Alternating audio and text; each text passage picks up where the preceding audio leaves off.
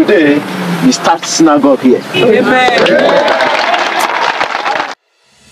And on that mountain, the Lord will be glorified.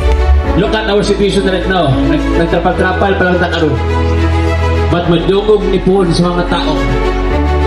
Luzon, Visayas, Mindanao, even outside in the Philippines. People will magnet in this place. Soon to be. Whether Satan like it or not.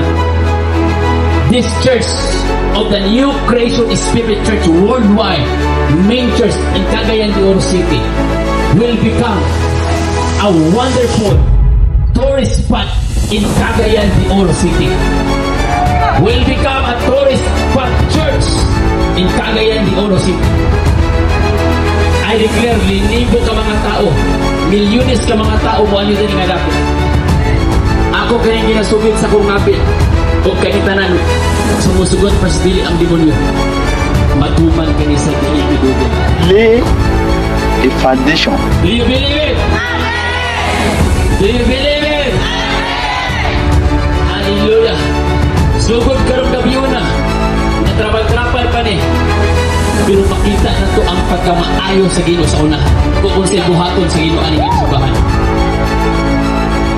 This church is one of the mega church in Cagayan de Oro City. Soon to be mega church. And this church will become a tourist spot church in Cagayan de Oro City. So shall it be. It cannot be otherwise. In Jesus' name. At mapaka na itong buhay na Diyos.